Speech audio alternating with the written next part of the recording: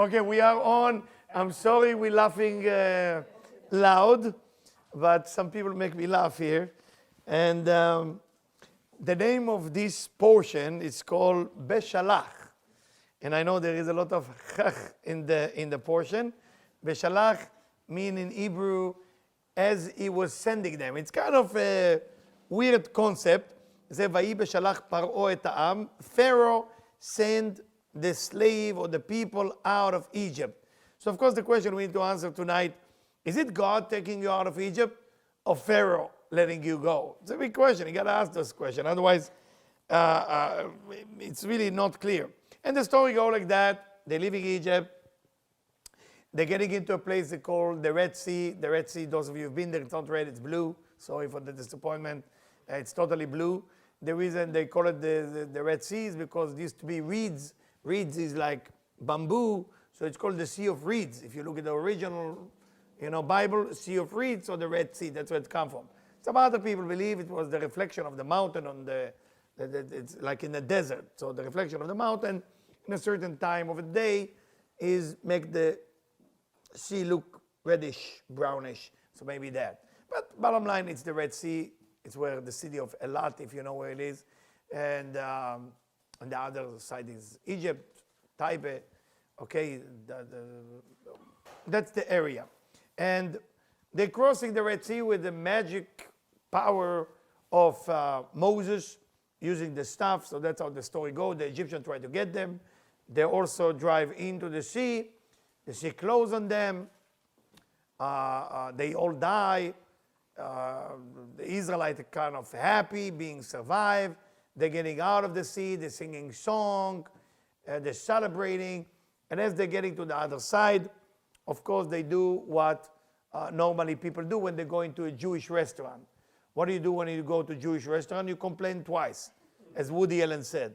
You complain once for the food is bad, and then you complain that the portions are small, right? That's how you complain twice as a good Jew. You can't complain just one. You gotta complain if you already complain. So they complain and complain and complain, and then the manna come, and then Amalek come. It's a nation called Amalek. Show up. Amalek in numerically value in Hebrew is mean doubts, meaning the doubt starts sneaking into the heart, to the soul. And that's the story of the parasha. I just gave you a little bit of the story. But we need to address, of course, the sword, the secret meaning of the parasha. For that reason, you see on my shelf on the table, there is actually two books tonight. One is the Zohar and one is the Ari. As Debbie strongly suggests that I will not give the normal lecture that I gave in the last 30 years. She told me it's time for me to change. I said, okay, what do you want me to do? I said, give other thing. You gave 1,000 times. Give something new concept for the people. I said, but if I give a new concept, I don't know who's going to come back. She said, well, try it. So that's what I'm going to do. I'm going to try that Ari, what Rabbi Isaac Luria has to say about it, together with the Zohar, and we see how you guys react to it. I promise to deliver it in the best way I can, so that everybody can understand it, use it, and also not going to be afraid. You need to promise me that you'll be absolutely focused tonight. And if you're not focused and you're tired, please listen to it tomorrow again on the audio. So let's going. And first, hello to everybody. Thank you very much for coming. I know it's here raining in New York, in Manhattan. Where are we? In LA. So I know it's not so easy. So before I start, I would like to explain what's the importance of basically of coming here and being together. That's the Zohar talk about the gathering, the being together. And I would like to start with that. It's a section which is personally very, very important for me. So Michelle, why don't we read it and then we can talk about it, okay? It's a very easy section. And she answered, I dwell among my people. He asked, what does she mean? And he responds, at the time when judgment prevails over the world, a person should not separate himself from the general community and be apart. Then he will not be singled out above, and he will not be noticed on his own. For at the time when judgment prevails over the world, those who are distinctly known and recorded apart are caught first, even though they may be righteous. Therefore, a person should never separate to be apart from the people, for their mercies of the Holy One, blessed be He, are always present over their whole people together. Therefore, she said, I dwell among my people, and I do not want to be separate from them, as I have done until this day. This is a section from the famous prophet named Elisha, okay, the successor of Eliyahu Navi, the successor of Elisha the prophet. And this is discussion with a woman who want to have children and she couldn't have kids and she come for a blessing. Now, the idea is she say, Betoch Ami Anochi Yoshavet, and people took that verse, I am sitting among my people. And the Kabbalists explain that the important about being part of the group. We all need privacy, we all need time to be alone, to study, to teach. But being part of a tribe or being part of a community is important things to have in spiritual journey. And we're going to talk about our spiritual journey because Beshalach is not just talking about getting out of Egypt. Beshalach is talking about getting out of your problem, your negativity. And we need to study how to go about it. The first aspect of fixing your life is find out, are you part of something? Now, being part of something, it's not enough just for the fun of it. There is many group. If you do meets-up group, you're going to find 1,000 group on that. You know, whatever you want to do today, you can do. But it's going to be something like what we're doing here right now. It's a spiritual group that we meet together, we study, and the purpose eventually is just to let you know that each and every one of you will be teaching one day, okay? Teaching some type of spirituality, and anybody in this room or anywhere in the world who need the help. And thank God, 2018 was a very good year. We helped many people to open their own place and teach. So we want to help you to teach. Come here, sit on my seat here and teach. That's the goal. That's how you know you got it. And what's the purpose for that? Because we want to create a community that eventually the idea is to guide more people in the world to have a better life. So community is the beginning, the everything that a person want to have when he's going on a spiritual journey. That's why I want to start with that before even I'm taking you on the journey of Beshalach. So you want to be part of Beshalach. You want to get out of your personal Egypt. You want to leave your Pharaoh behind. You want to leave your misery. Don't be alone. There is no alone. There is not just cafe with somebody you love. That's not enough. There is not just hanging with the guys and having a beer. It's not enough. It's got to be some sense of community that the person needs to have. If a person not have any awareness of what's going on around them, that's because there is nobody next to them to tell them, hey, what are you doing? That kind of community is very important. People who love you and people that you love, but they can tell you, hey, what are you doing? You're in Egypt. You're going down here. And they can grab you out. As the Talmud said, En Adam motzi et atzmo mitbet ha'asurim. There is no human who can get himself out of prison. You need another person to grab you out of prison. But if you're staying in prison and the community don't tell you anything, it's a bad community. That's not a good community. So it's not about the coffee or the wine or tasting the cheese, which is a good group, or scotch tasting. You know, it's a good group. But the group has to be more a spiritual group, that we care about one another. When we see our brother or sister is not doing well, I said, what can I do for you? I want to talk to you about it. But we're not going to talk to them just about how was the coffee, if it was decaf, or milk was foam, or the beer was from Germany. We're going to talk about, my brother, my sister, how are you doing spiritually? How is your connection to the divine? How is your connection to God doing today? Are you feeling it, or are you talking about it? Are you teaching about it, or are you connect? That's what it means with that section. And that's why I want to open with that section in the Zohar, because getting out of Egypt is not easy. We all somehow in Egypt in some area of our life. Some of us have weird addiction. Some of us have weird type of thing that we do. We cannot even shake it off. You know, when you're 20, you say, when I'm 30, I shake it off. When you're 30, you say, when I'm 40, I shake it off. When you're 40, you say, when I'm 50, I shake it off. And when you're 60, you say, I didn't shake it off. What's happening with me? And you know, so community is a very important thing. So let's continue to another section of the Zohar, and then we go deep into the parasha. Okay? So, who released the Israelite? Right? Who let them go? Pharaoh or God? Now, if you look at the parasha, if you look at the Torah, Pharaoh. ויהי בשלח פרעה. ויהי בשלח פרעה את העם. And Pharaoh let them go. That's a weird thing. Where was God? It's supposed to be God. You're going to come up with an idea. Well, Eliyahu, too many plagues, too many problems. Pharaoh had enough. Time to go. So it should say, ויהי בהכות השם את פרעה וישלח את העם. It should be written as God was hitting bad Pharaoh decided to let go of the Israelites. No. Didn't say that. And it should bother you. It should bother you because there is something which is hidden there. Well, what do you think before I'm showing you the answer? What do you think? Let me throwing that back to you. What's going on? There's no mistake. I think God is behind everything. Huh? So I think God is behind everything. What do you mean? That it may have looked like it was Pharaoh, but he didn't harden his heart this time. And Very nice. I like that. Yes? Even if Pharaoh let them go, they weren't able to get away without God. They weren't able to. Eventually, yes. Eventually, like the next part. Next part, yeah, very good. Yeah. Well, God put a desire in their head to go, and when they had the desire, Pharaoh let them go. I loved it. You know, I loved it. You guys have all the answer. I don't know what I'm going to show you next. I mean, let me try. Let me see what Rabbi Shimon said. Let's show you what the Zohar had to say about it. It's very interesting, but I love your answer. Your belief in the Creator is beyond. Because the way that you put it so obvious, Eliyahu, it's God. What's going on? Yeah, I love it. Please remember it when you're not doing so well, okay? Please remember. If you got two flat tires, God put it in the tires head together. Yeah. Don't forget. All right? When the banker don't want to give you the money you want, God tell the banker not to do it. No big deal.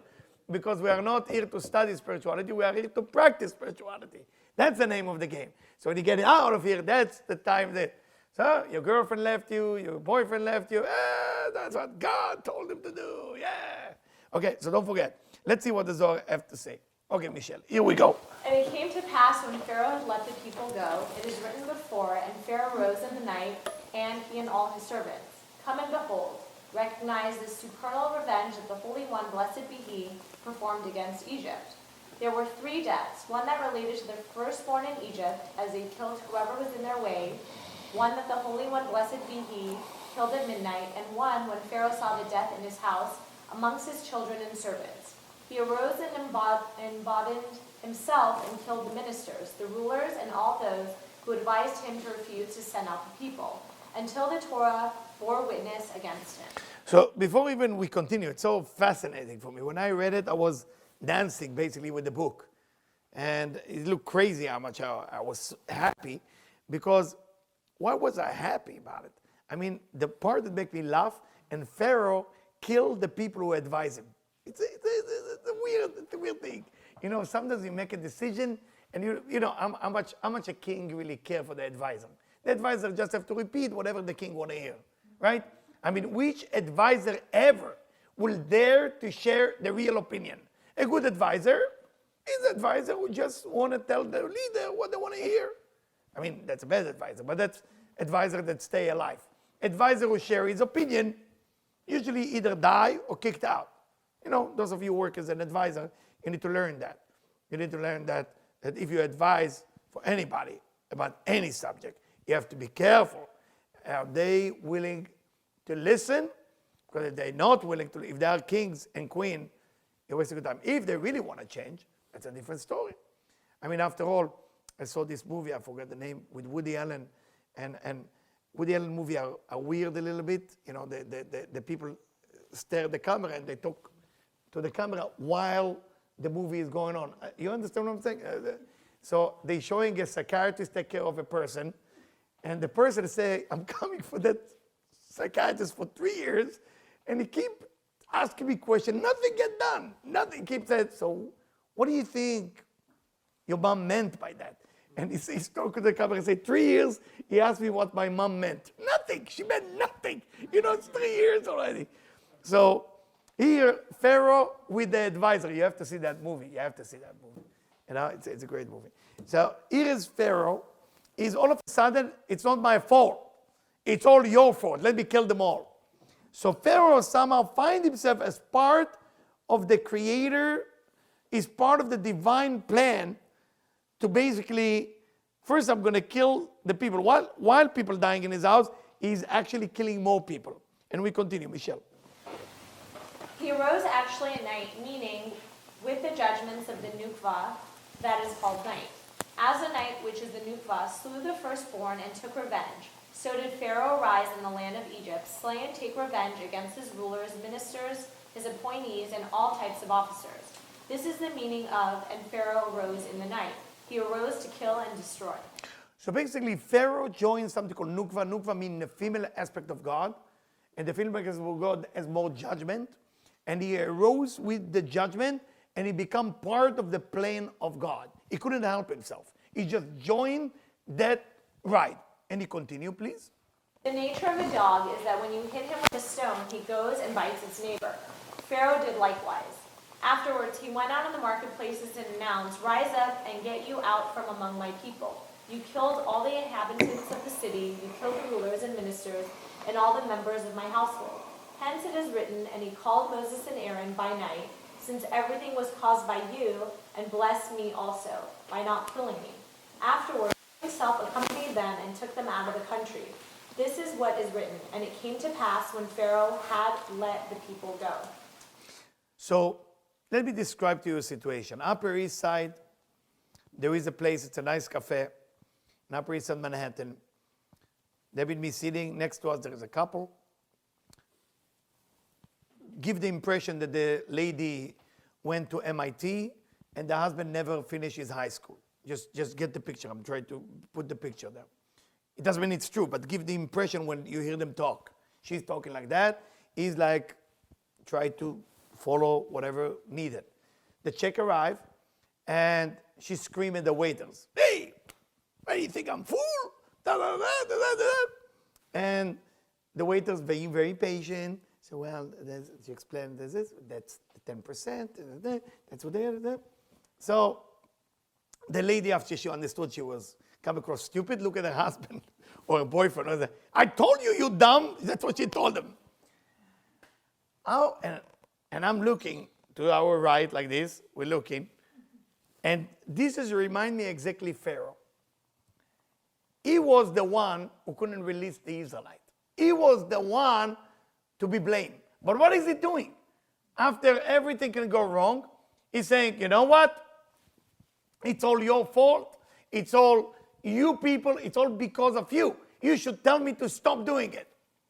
Many times in our life, in our spiritual journey, we are not taking responsibility. And we are releasing the thing that before that we have a different opinion on that. Because from the begin with, our mind was so distracted by our ego. Me, and myself.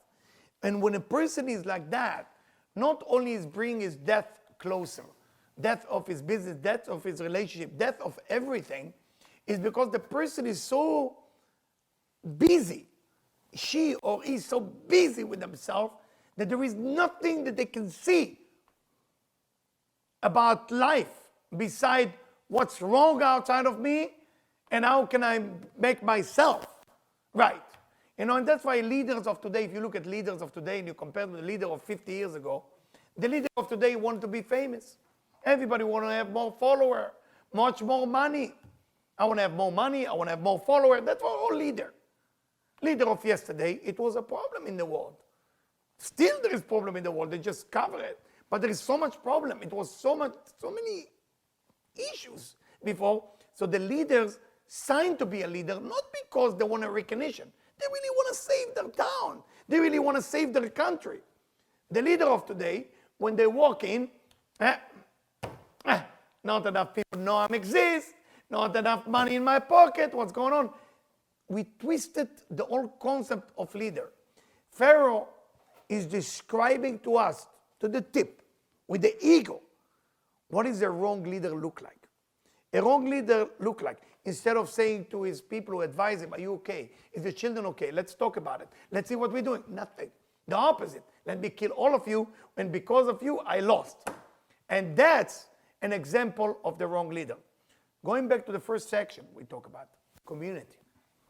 In the community, I was once at the beach with a, I don't know if it's priest or minister, I don't know what Mormon has. Bishop. Huh? Bishop. Oh, bishop, I'm sorry. Bishop. So I met a Mormon bishop, serious guy out there. So talking to him, I said, what's the Mormon? I don't know that much. How do you pray? What do you do? So, well, I am like the rabbi, I'm the bishop. And he happened to be a Jewish guy, a Kohen from Brooklyn, by the way.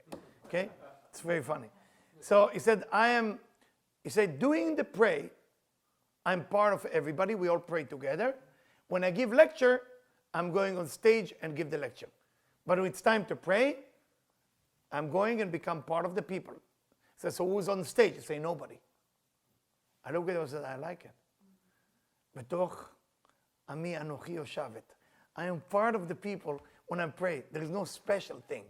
Because when you are in front of the divine, when you are in front of the Creator, who can say, I'm that rabbi, I'm this rabbi, I'm that important? No, you're in front of the Creator, you're in front of the divine.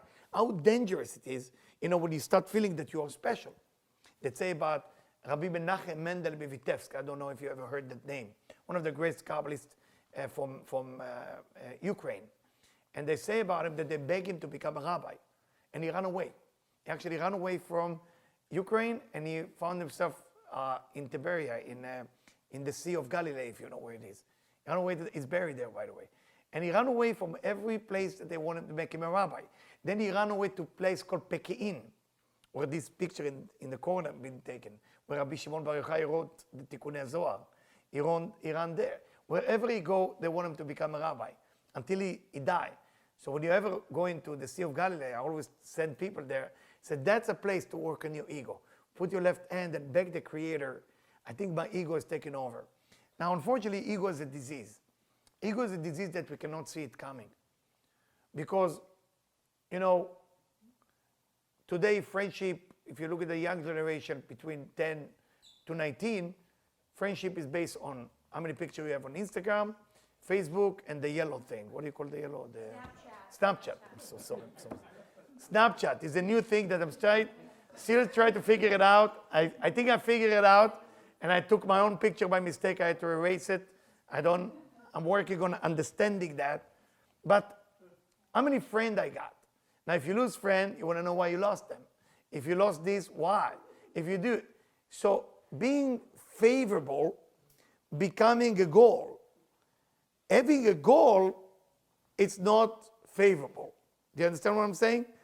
Being favorable, being liked by others is your goal now. But do whatever it's needed, it's no longer the goal. And that change in our universe, my friend. And for that reason, the Pharaoh story of this week is a tremendous, tremendous, tremendous story about our life. I will take now a shift into understanding the spiritual journey, because it's all about the journey this week portion, in a deeper level. Those of you who had a hard day, shake your body, shake your head, because the information that's about to come into your mind is new. It's not easy. It's tough.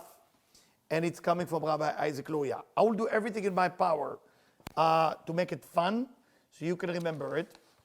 And first, we're going to read the verses from the Torah, how the Torah starts. So please, just the English, don't need for the Hebrew, okay? It came to pass when Pharaoh let the people go, that God did not lead them by the way of the land of the Philistines, for it was near. Because God said, lest the people reconsider when they see war and return to Egypt.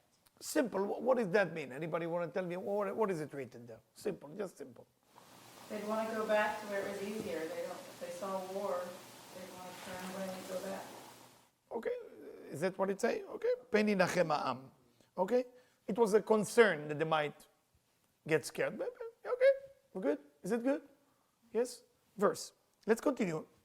Another 2 verses, please. I'm just read to you verse by verse of the Torah, of the Bible, and you're going to read it. And then I'm going to show you all different hints of what the Arit said to us. It means spiritually. Go ahead, please. They said said to Moses, "Is it because there are no graves in Egypt that you have taken us to die in the desert? What is this that you have done to us to take us out of Egypt? Okay, simple. Yeah. Okay. Isn't this the thing about which we spoke to you in Egypt, saying, 'Leave us alone, and we will serve the Egyptians,' because we would rather serve the Egyptians than die in the desert." Weird. I think it's a weird thing for a slave to say, right? What do you think? You're going in biggest prison in the world, people get tortured, get beat up, and you open the door and you say, "Hey, come, I take you out." Wait a minute. What's the catch? You will ask, what's the catch? You get me out of here, right? So we know here there is a hint. We already know there is a secret here. Okay? And it's funny. All of us soon, in about 99 days, we're going to celebrate Passover.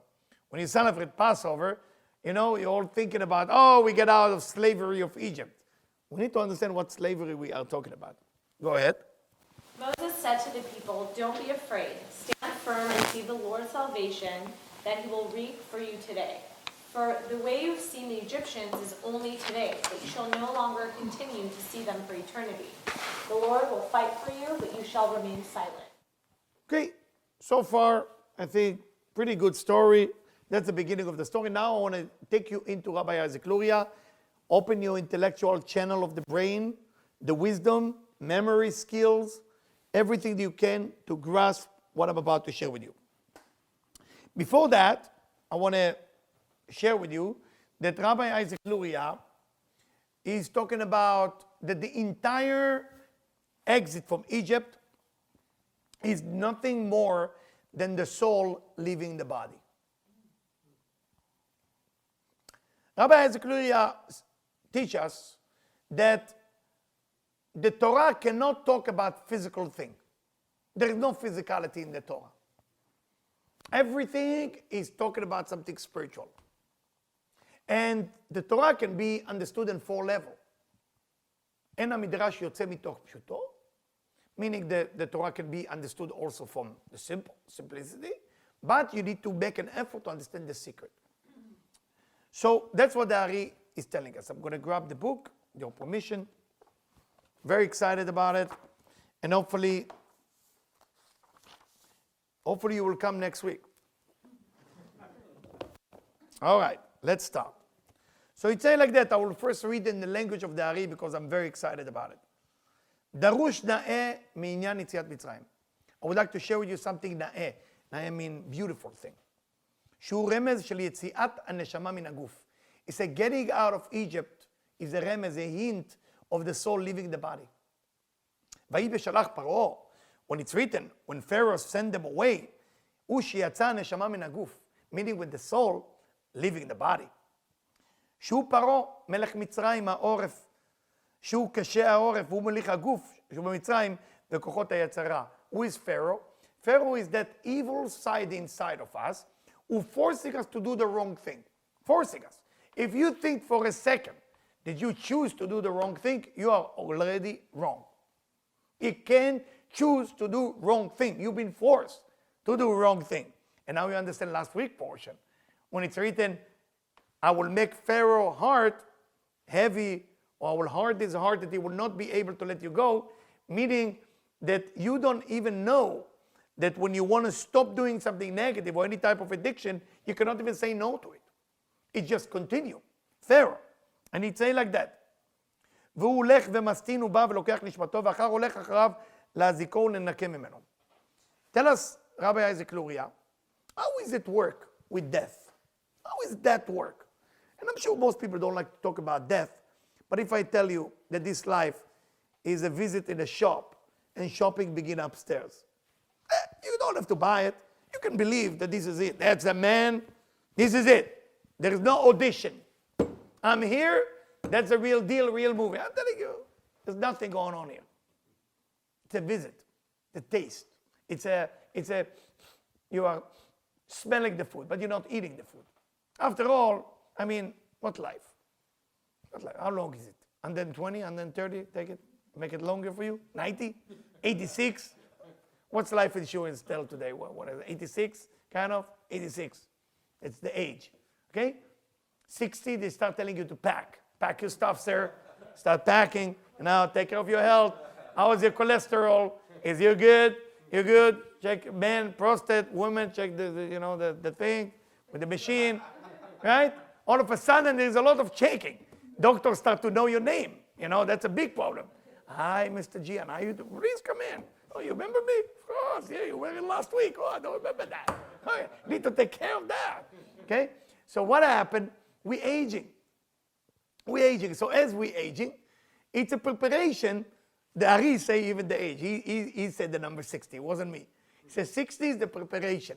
Preparation to change your apartment. Okay? You have to talk to a real estate agent. You got to take care of business. So he said like that. And I'm happy I make you laugh about it. I wasn't laughing when I read it twice. So he'd say, and I said, I have to make it funny, otherwise it will be hard on people. ויחזק השם את לב פרעה וירדוף אחרי בני ישראל ויעסק אותם. So Pharaoh was chasing them, and he's about to get them next to the Red Sea. Tell us the Ari, after the person died, the same entity that convinced you to do the wrong thing is the same entity that go in front of the court of heaven and say, this guy did bad thing. Now, I want you to do something I did. I did it today. It's very scary. I did it last year. I did it a few years ago. Can you imagine how does your evil side look like? Can you picture that? What shape? What face? What eyes? What's the color of their hair? How tall? How short? How fat? How thin? Size of their feet? How they look like? After all, they are the one, when the deal is over and you are in front of God and the three angels sitting there, they're going to show up and say, this guy did bad. He doesn't say, I convinced him to do bad. He just say, listen, my message was to make sure they do bad. He did bad. I'm here to snitch. The same energy that caused a person to do bad is the same energy or witness against you. How does it look like? Just take 20 seconds to think about it. How does that look like? Those of you who imagine that part look bad, you didn't get it right. That part right now, when you are alive, look like your best friend. That's why it's pretty convincing. If you can see what we call Yetzer Hara, the evil inclination, the negativity, as your best friend, you catch it. You got it. If you see it as evil, as bad, you never got it right. One of the things, it was a movie, I don't remember the name of the movie, with those suspicious people that standing in front of, I forgot the name of the movie. Usual Suspect, was a movie like that? And he say the worst thing that the negative thing is doing is make you think is not that evil. I don't remember the exact word. Doesn't exist. What? That he does not exist. Not exist. Yeah, that's the word. Thank you. Not, that is don't even exist. And the idea that evil force is coming to convince us that later on, because this life is just a test. It's just coming and going. And those of us who have to reincarnate, this is just a visit. And next lifetime, you have to come up with another evil guy. We're all born with that evil guy. There's nothing you can do about it. That evil guy is your partner for life. Whatever you do, good, bad, it's all together. You cannot do good without him. You cannot do bad without him or her. They are with you. They are the one who advises you to do the wrong thing. They are the one. The other one, oh, come on. The other one, oh, come on. Don't you see everybody's doing it? What's a big deal? What's the big deal? How is the other one sound like? You have also a good one. You're born with two. You're born with two angels. One saying good, one bad. The good one doesn't have a loud voice. It's whispering. I don't think you should do it. Huh? The evil side, do it already. The good guy, I'm not sure. I'm not sure. The good one has no ego, so he doesn't want to scream at you. It's funny, huh? So he continued. So he said that Pharaoh, the evil, now we know what Pharaoh is. Yes. Now you know what Pharaoh is. Pharaoh is the evil inclination. Where did he find them? It said that he found them in the ocean. He found them in the Red Sea. And when he arrived to the Red Sea, They all get scared. What is the Red Sea? Not interesting. Tzedakah is good. So the Red Sea said to us the Ari, ויסג אותם חונים על הים, כלומר, הים, he called it the Yam of Gehenom. You heard about Gehenom? Gehenom in hell. But we had some story about hell that we rather be afraid of it but don't understand it. Those of you who want to read more about it, I highly recommend Debbie can give you more books than me. She knows everything about that subject. But you have to be ready because heavy duty details and it's not all about fire. Okay? The only movie that was closer to that was a movie that I met the writer. Again, I don't remember the name. With that's very good. Yes. So, you're good. I need you around the names. So, hell is basically a school, 11 months minimum. It's a college. Every man, women, and angel has to go through. What? Minimum 11 months. 11 months minimum, and there is 7 layers. I mean, hopefully we belong in the easiest one. There is 7 layers. I mean, if you want, one day I can let you read it yourself, but you're not going to be happy because there is 7 chamber. It was the writer from Italy who wrote something similar on that. Somebody help me out. Astral City. Who said that? Yes, very similar. No, Dante. That's the one. Yeah, and he wrote something very close to what the Zohar in Mishle wrote. Very close, the closest. And I was shocked. How can he get it so right? So hell, my dear friend, is a school. It's a school that person has to go through to learn about something. But what is that we need to learn? It said that Pharaoh found them in that Red Sea. Red Sea, what is the color of fire usually? Red. So the Red Sea is a river called River of Dinor. Dinor, you heard about Dinor? Dinor, my dear friend, is a river that every angel who come to visit you here to help you on the way up to heaven has to go through this river. What is in this river? It's just a river of fire, no big deal. Now, why river of fire? Why? Why river of fire? When you're going through pain, what do you want? I mean, today there is pain therapy. There is painkiller pills. There is all kind about the pain. There is treatment of the disease, and there is treatment of the pain. There is 2 treatments. I don't know if you're aware. When you take care of your body, you take care of the disease, and you take care of the pain. There's 2 treatments, basically. When the doctor see you, I'm sorry to insult any doctor online, you know, they only see you to know if it's the pain bother you or the disease bother you. And based on that, that's the pills you're going to get. I hope you knew it by now, right? You're old enough to know it. Okay? They will ask you, well, you have that. Do you have pain? He asks you. Oh, pain? And then he will write something. Oh, yeah. Okay. That's what they're going to ask. You have pain? Why is that? Because a human nature, we are not want to cure the disease. We want to cure the pain that attached to it. We want to cure the pain. When you have pain in your relationship, emotional pain, you have physical pain, you have any type of pain, most of the time we are not trying to fix the problem. We are trying to fix the pain that attached to that problem. So how can I get rid of that pain? That's my goal. That's the goal I have in my life. But the pain itself could be, just listen carefully, could be the solution for your problem. The pain itself, that's the solution. I would like to tell you how I will remove your problem. Yeah, I'm very open. Well, I have to make sure you will have a lot of pain. Is that a new problem or a solution? No, that's a solution. When I was young, I grew up 3 sisters. And there is, I don't know if they're doing it today, I'm sure today there's modern stuff, but I'm talking about 40 years ago, more. Women have tradition, they used to have old fabric, They put it at some hot sugar or whatever it was, and they remove, I don't know if it was wax, I think it was sugar. The pain that I heard with Teresa, I didn't have any brother, only sister and mother, okay? So the pain of screaming, you know, and the house, screaming, I guess that was the way. It was huge.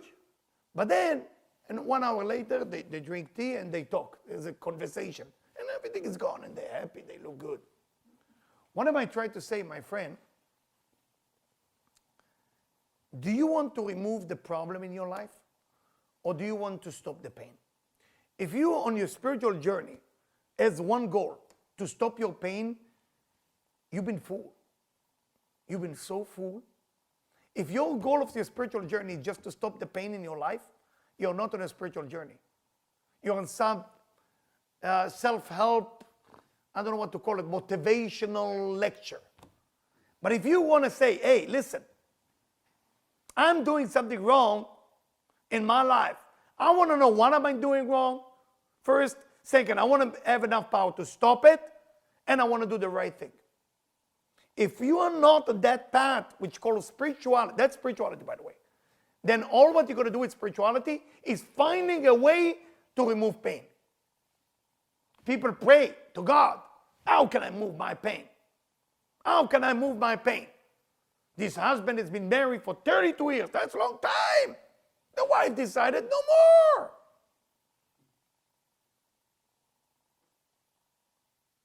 Not nice to say it, but I say, good for her. And he want to kill me because he hired me to help him.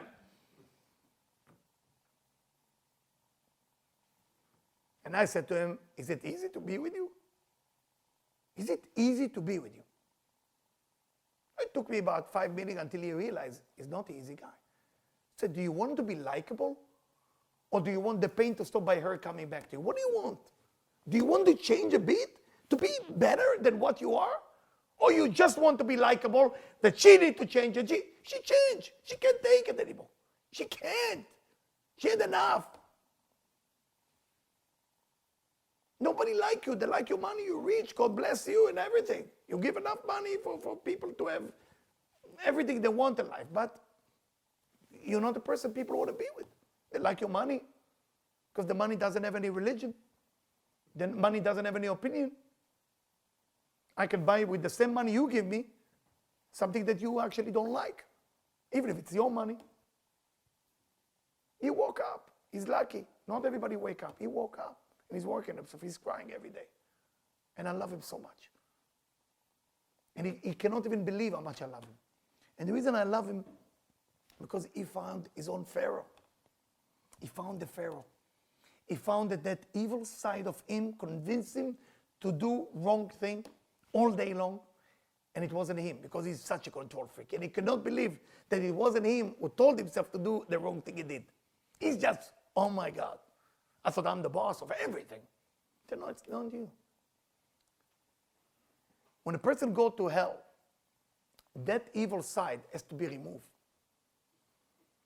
How attached I am to my evil side. How friendly I am with my evil side. Are you good friend? Are you buddy? Are you kind of knowing each other? I know, you know each other. Sometimes get me, sometimes I get him. Whiff. Bad time, good time. That's how painful the change will be. Tell us, Dari. Hell is not a painful place. Hell is relative to what you think about your negativity. If by age 40, we usually say 42, the beginning of the spiritual change of every human being. If by age 42 a person doesn't know what they need to change, it might be a little bit late. Because that means the evil side took over. And if you want to start tonight, never too late. Take a piece of paper tonight when you go home. Say, what is my problem? Not where is my pain. What is my problem? Am I jealous? Am I angry? One of the greatest book. Might be a little difficult to read it alone, but I recommend it. Rabbi Moshe Chaim Luzzatto, the Ramchal, Path of the Just, or any book that talk about how to behave better in life. Or if you want to do something that I did, which might be difficult, I did two things. I grab a group of men who know me very well. I sit in the middle of the room, and I make sure I brought people who are not my friend as well. And I say, hit me with everything that's wrong with me. The best therapy you can do for free. They hit you with everything.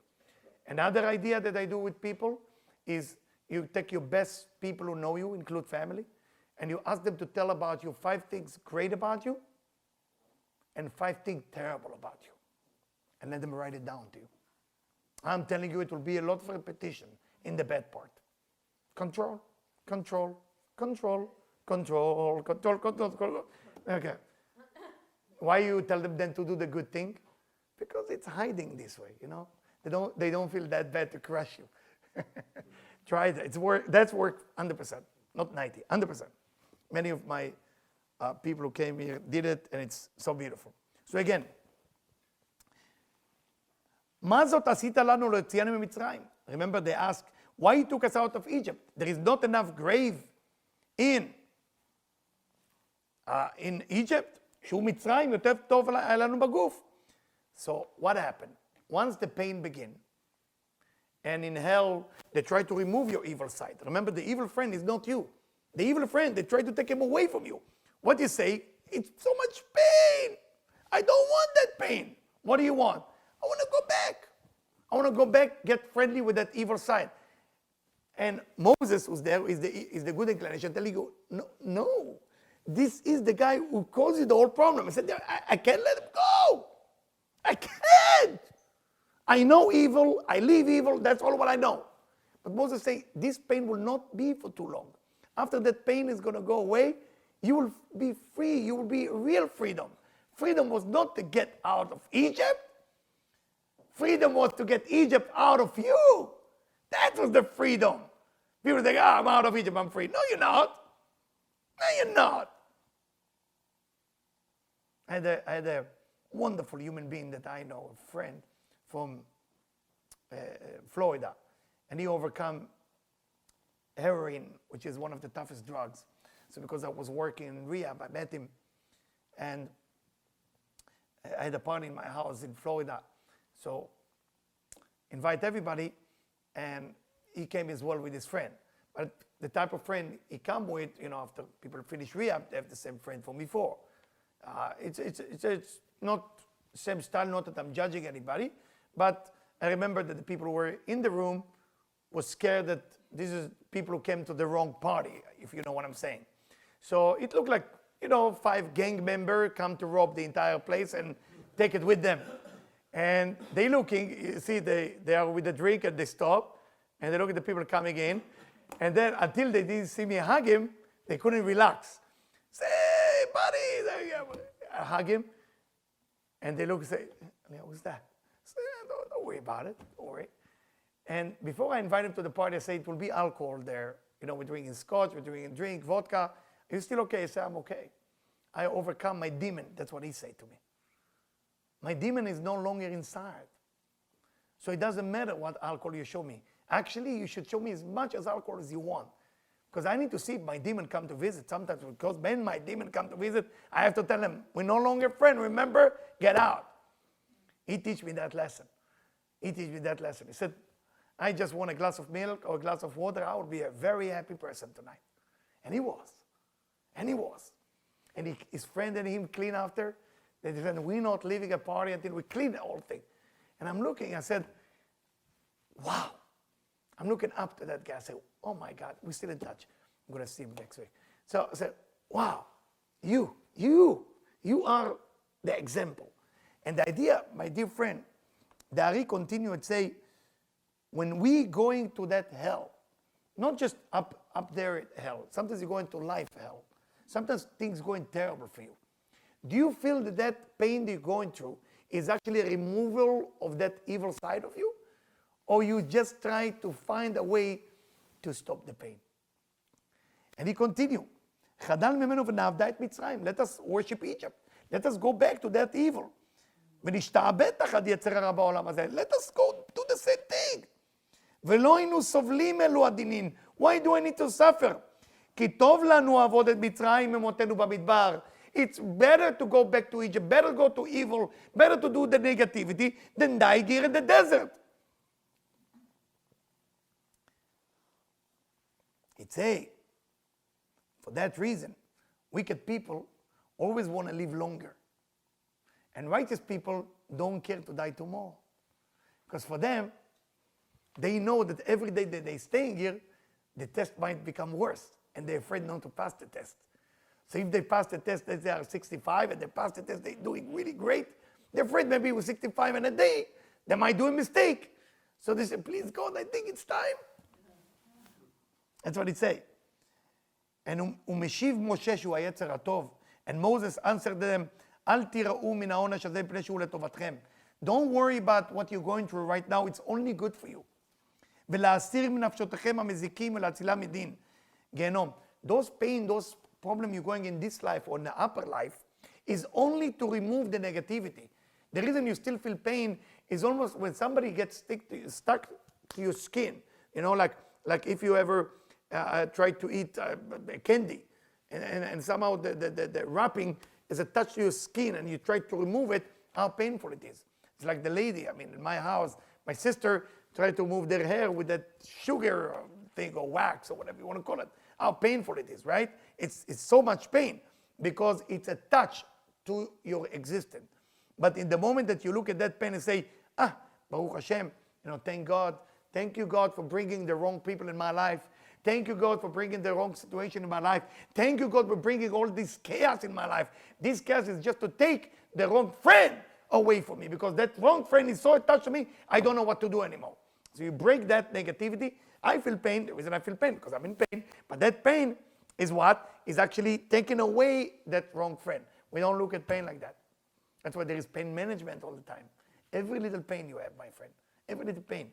There is a rabbi, they call him Degel Machane Ephraim. They used to call him one of the Messiah. He's the grandson of the Baal Shem Tov. And he writes, why people have pain? He said, in the moment you have pain, you have to stop for a second, and you are the one at that moment who's taking care of that specific pain in the world. You are becoming the manager of that pain in the world. All what you got to do is pray, not to remove your pain, to remove anybody else who have that type of pain that you have.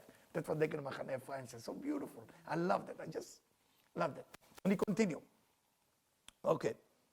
So far you're doing good. I'm looking at your face. You're doing wonderful. No, that's good. That's good. That's good. It's not easy. It's an intellectual and it's tough. Now, when they look at the sea, what happened? They see all the Egyptians die. They see Pharaoh die.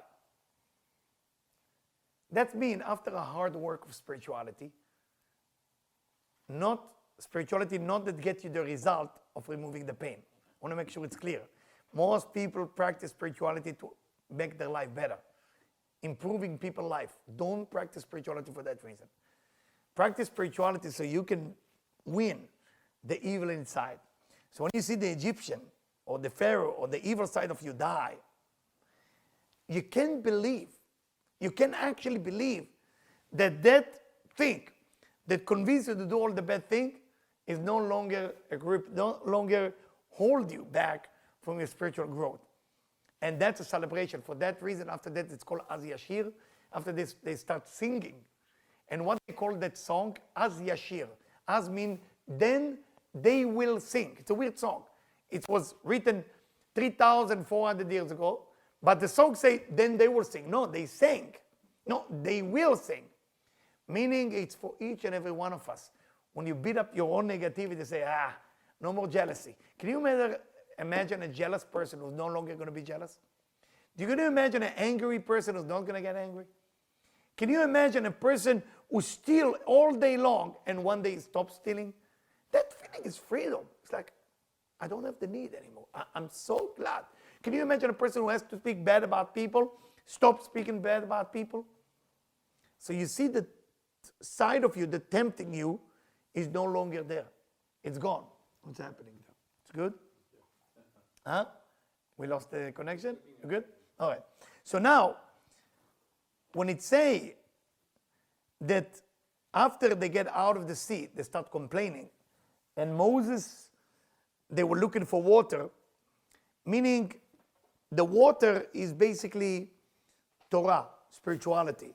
And when it says that they were looking for water, they were looking in the upper world, the only food that you have, and you need food, by the way. I thought we don't need food, but you need food in the upper world. There's no sandwiches. The Torah that you study, and everybody should take on themselves to study 5 minutes at the same time, at least 5 minutes minimum. Better to do 45 minutes, but 5 minutes, same time every day. I do it, you should do it. My children do it, you should do it. 5 minutes a day, it's not a big deal. Stop, study. And when you study 5 minutes a day, that's the food that you take with you to the upper world. What about doing good things, giving charity, doing wonderful things, helping people? It's not going to give you food. That's the bad news, my friend. You can give as much as charity as you want, help as many people as you want, be kind. That gives you something called clothing, levushim. And the clothing do two things. Make sure you don't go naked in the upper world, okay? I mean, maybe there is a nude beach, so you will fit somewhere. And second thing with the clothing, it becomes like a basket to receive the spiritual manna. What is the spiritual manna, which is written also in this week portion, is all the spiritual food that you accomplish in this life is waiting for you there. So when you're going from hell to the Garden of Eden, you need food. It's like here, it's physical, it's feel physical. But the food you have is only the spiritual you study that you did. For example, now, it's just you get yourself a sandwich. But it's not enough, one sandwich for 3 days. Not enough. 3 days is the minimum time with the whole day help. Because if we study certain righteous like Rabbi Shimon or Dari, it's written that they are the one who come to the river and take you out from there. And I wrote to myself, all the food that you are eating, meaning all the Torah that you study, is that you can survive. You can survive in the upper world. Rabbi Akiva and Rabbi Yochanan ben Zakkai, who both start spirituality when they were 40, was crying before they died. They were crying, say, God, the first 40 years of my life, I didn't even study anything. What am I doing now? If they cry, what should we do? All what we have to do is taking care of our future. The real investment is your future, my friend. It's not if you pay the mortgage or buy another house. Invest in your future. Life don't end when you die. Life begins when you die. Exactly in the day, forget day, next hour after a person is died, the beginning of life begins. I gave my dear friend to read a book so he will really understand what's going on. It's by a rabbi that lives in Iraq. So he told me, you give me that book, so I was scared, so I cannot sleep at night. I said, no, I want you to become more knowledgeable, that this life is just a visit. So there is a book about the rabbi who actually talk to the dead people, exactly what's going on to the details. So again, what is the solution? What is the solution? So it's saying, there is a rabbi by the name of Rabbi Bunam Mefeshische. Feshische is a city in Eastern Europe. Feshische, if I'm saying it correctly.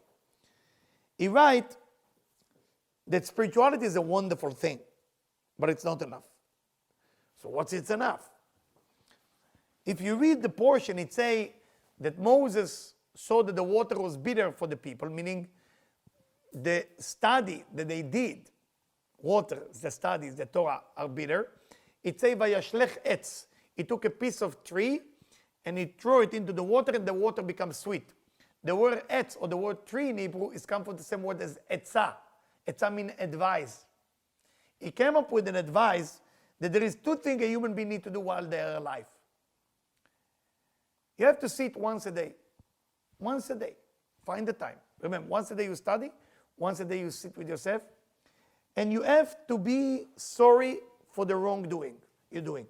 Some of us cannot stop the wrongdoing, but be sorry that you are doing it. Cry even, alone. Be alone when you do it. Sit and cry. Second thing, you have to feel bitter about it. 5 minutes a day, sit with yourself. Don't talk to anybody, no phone call. And basically, feel that what you're doing is wrong. Second thing, feel bitter about it. At that moment that you are doing it, slowly, angels will start to guide you. You will start getting a lot of great idea What is that you need to change?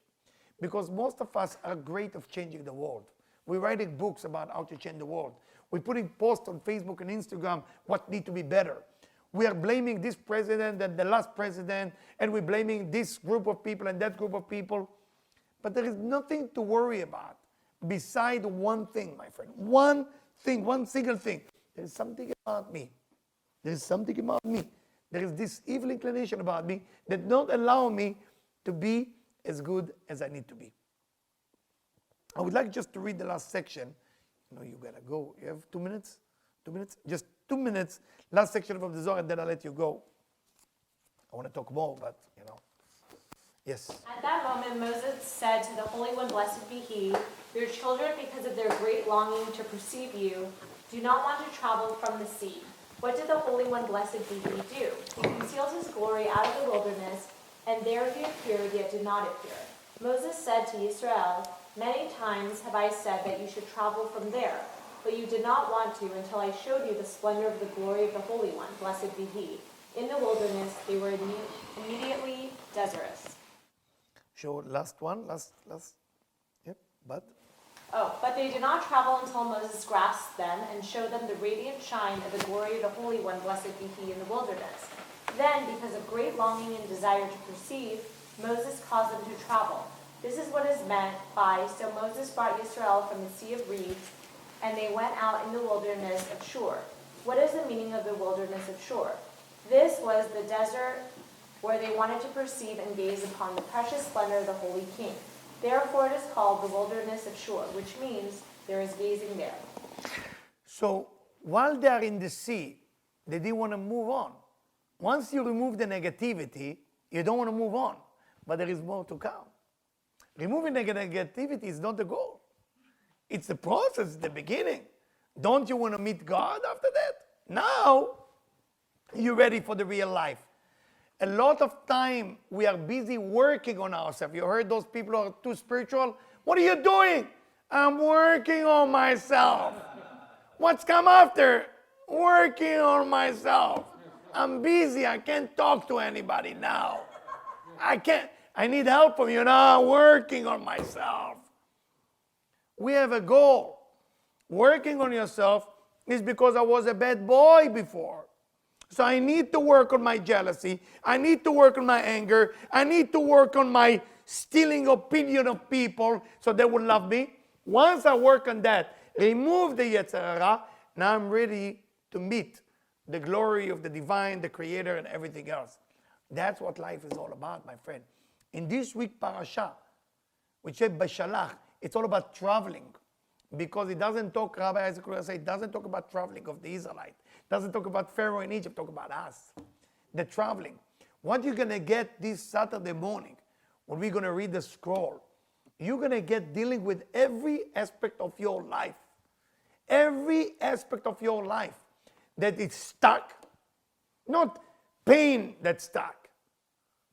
Problem that's stuck. Pain, it means it starts to get better. You're actually willing to let it go. But if you come Saturday morning to connect, I'm here to remove the pain I have. Go to the doctor. You're in the wrong place. But if you come here to say, I want to work on something, and I know if I work on that, the pain will come. Now you understand what the Israelites said. Why didn't we stay in Egypt? In Egypt was no pain. Now when we start working on ourselves, there is pain. A lot of pain. A lot of tears. Who need that? First time I worked with a trainer was a gift from somebody who thought I'm fat. I was fat. I'm still a little fatty. So I remember he came to me and said to me, I give you 5 sessions for free. And I remember I said to my wife, I'm going to suffer, and somebody actually paid for it. I can't believe that. So they sent me to a place where there is professional trainer. I don't know if you ever saw a place like that. There is actually, it's not a gym.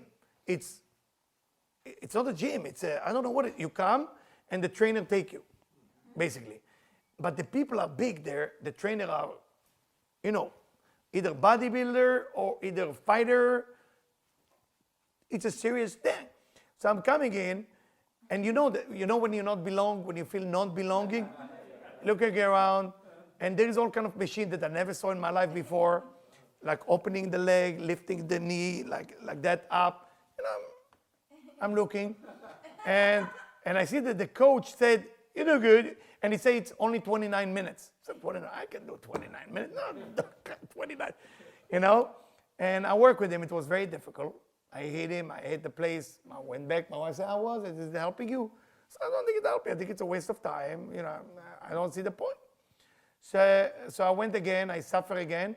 And then I tell him, "I don't think I want you as a coach." So he get me a girl. I say, "Oh, girl will be the easiest." I got the right one. So he get me a girl. And that was the nightmare. That was actually, I couldn't walk. No, it was really, really bad. And you hate them. You hate the pain. You hate the place, but it makes you understand now spirituality. We want to get rid of the people who cause me pain, but I'm not trying to get rid of my fat. I'm not trying to get rid of my addiction to food or whatever it is. We are not getting rid of the problem internally, and that's why we hate everything that caused me the pain. But those things that cause you the pain, remember what you said in the beginning of the class? I asked you about Pharaoh. Now I want you to adapt it. Remember what you say? Oh, you were so nice and spiritual. You say, God told Pharaoh to do that. Okay, so your little Pharaoh, your little enemy, your little person who make your life miserable, you say it, I didn't say it, your little Pharaoh. Now, let's see if you tomorrow or tonight, your little Pharaoh, somebody on the highway the wrong way, or drive the wrong, who coming in front of you. That's your Pharaoh now. What do? You have internal Pharaoh who telling you, shame on that guy. No, there is a moment now in your life that's giving you a chance to grow and get rid of the real demon inside, not to get rid of the pain. Because the pain itself is the cure for the demon to go away. My dear friend, may this week will be a greatest journey of your life. And may this week prepare you for the real journey in the upper world. Thank you and have a great night. Thank you.